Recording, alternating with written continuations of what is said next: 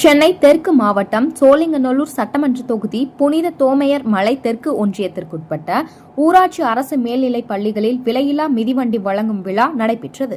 இந்த விழாவை அரசு பள்ளி மாணவர்களுக்கு விலையில்லா மிதிவண்டி வழங்கும் விழாவை சோழிங்கநல்லூர் சட்டமன்ற உறுப்பினர் அரவிந்த் ரமேஷ் விழாவில் கலந்து கொண்டு மாணவ மாணவிகளுக்கு மிதிவண்டி வழங்கினார். இந்த நிகழ்வில் ஒன்றிய குழு பெருந்தலைவர் சங்கீதா பாரதிதாசன், தெற்கு ஒன்றிய கழக செயலாளர் ஜி வெங்கடேசன், மாவட்ட கவுன்சிலர் தேவகிரி, ஒன்றிய கவுன்சிலர் பன்னீர்செல்வம், வார்டு உறுப்பினர் சொக்கலிங்கம் மற்றும் கழக நிர்வாகிகள், பள்ளி ஆசிரியர்கள், மாணவ மாணவிகள் கலந்து கொண்டு இந்த விழாவை சிறப்பித்தார்கள்.